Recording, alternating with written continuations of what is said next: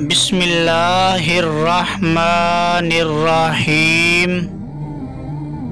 Video دیکھنے سے پہلے درود شریف پڑھ لیں کہ اس کا اجر و ثواب بہت عظیم ہے۔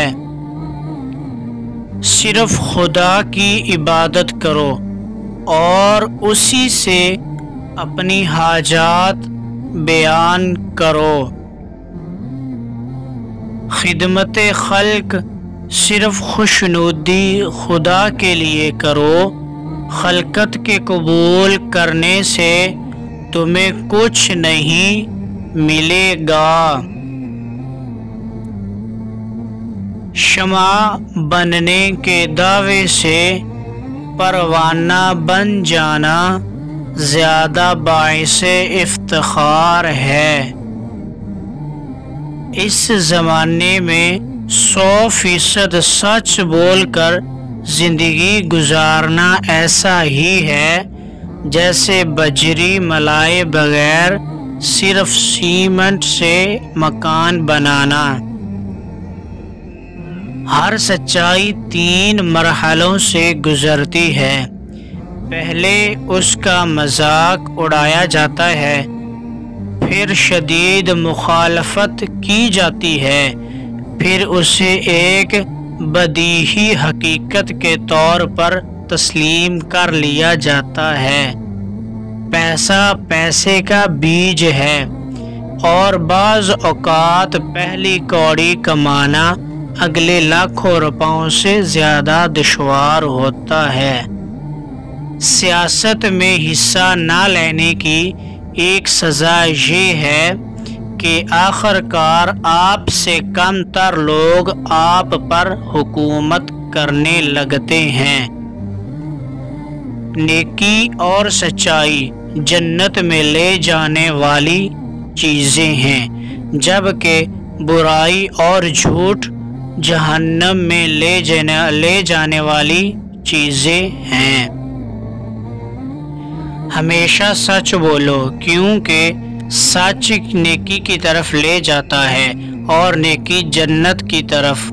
ایک شخص مستقل سچ بولتا رہتا ہے حتیٰ کہ عند اللہ سچا لکھ دیا جاتا ہے۔ اور جھوٹ سے بچو، کیونکہ جھوٹ برائی کی طرف لے جاتا ہے اور برائی جہنم کی طرف لے جاتی ہے۔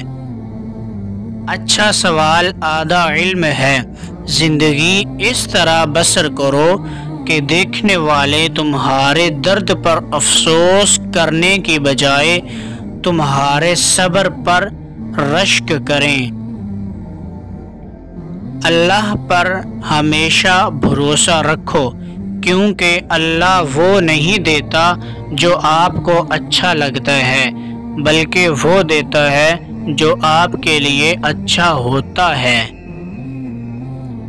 اللہ کی راہ بظاہر کانٹوں سے بھری ہے، مگر در حقیقت اطمینان اور سکون کی دولت سے بھری پڑی ہے۔ اچھا انسان وہ ہے جو کسی کا دیا ہوا دکھ تو بھلا دے، مگر کسی کی دی ہوئی محبت کبھی نہ بھلائے۔ خدمت خلق صرف خوشنودی خدا کے لیے کرو۔ خلقت کے قبول کرنے سے تمہیں کچھ نہیں ملے گا۔ اگر کسی دین سے تمہیں رہنمائی حاصل ہو سکتی ہے تو وہ صرف اسلام ہے۔ مشکلات ہمیشہ بہترین لوگوں کے حصے میں آتی ہیں، کیونکہ وہ اس کو بہترین طریقے سے انجام دینے کی صلاحیت رکھتے ہیں۔ انسان کو 4 اشیاء دوسروں سے بلند کرتی ہیں: حلم، علم، کرم اور خوش کلامی۔ اگر کوئی تم پر احسان کرے تو اللہ کا شکر ادا کرو، پھر اس شخص کا، کیونکہ خدا نے اسے تجھ پر مہربان کیا ہے۔ دوستی کی علامت 3 اشیاء ہیں: دریا کی ماند سخاوت، سورج کی طرح شفقت اور زمین کی سی تواضع۔ اگر ہماری ویڈیو اچھی لگے تو لائک، شیئر اور چینل کو سبسکرائب ضرور کریں۔ شکریہ۔